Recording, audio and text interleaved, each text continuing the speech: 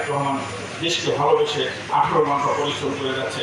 আর যারা সমালোচনা করে তারেক রহমানের ভালো কাজের, তাদের উদ্দেশ্য বলতে চাই, রাজনীতি করে, রাজনীতি কর্মী হয়ে বা দলের নেতা হয়ে যদি ভালো কাজের এবং কোনটা ভালো কোনটা খারাপ সেটা যদি বোঝার ক্ষমতা আপনাদের না থাকে, তাহলে দয়া করে রাজনীতি ছেড়ে দেন। না হলে এই দেশের মানুষের কাছে আপনারা প্রতিরোধের মুখে পড়ে এই দেশ আপনাদেরকেও ছাড়তে হবে একদিন। এই জন্য আপনারা সঠিক ভালো কাজের সমালোচনা করেন, খারাপকে খারাপ বলেন, তাহলে মনে করবো আপনারা দেশপ্রেমিক রাজনীতিবিদ বা একটা দলের কর্মী।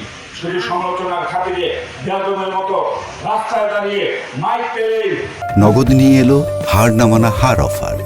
সর্বনিম্ন 10,000 টাকা রেমিটেন্স নগদে পাঠালে থাকছে স্বর্ণের হার জেতার সুযোগ। যার তার সমালোচনা করতে থাকেন, উল্টাপাল্টা বলতে থাকেন, একদিন কিন্তু আপনাদেরকেও এই জনগণের রোষের নামে করতে হবে। এই জন্য কার স্বার্থে করছেন, কিসের স্বার্থে করছেন, সেগুলো কিন্তু বোঝার ক্ষমতাই বাংলাদেশের মানুষের আছে।